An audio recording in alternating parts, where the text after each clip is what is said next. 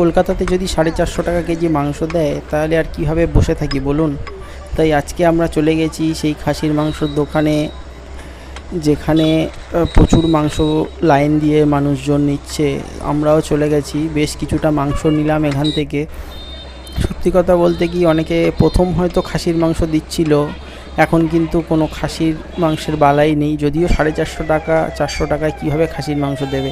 প্রথম কিন্তু ছাগল বাইরেই বাঁধা থাকতো সবার সামনে, এখন সেটা ভিতরেই থাকে। আর এখান থেকে তুমি 1 কেজি যদি খাসির মাংস নাও, 100 গ্রাম মেটে 100 গ্রাম চর্বি নিতে হবে, আর 100 গ্রাম হচ্ছে মাথা কোচা দেবে। এটা কিন্তু ম্যান্ডেটারি, এটা প্রত্যেকেরই দেয়া হবে।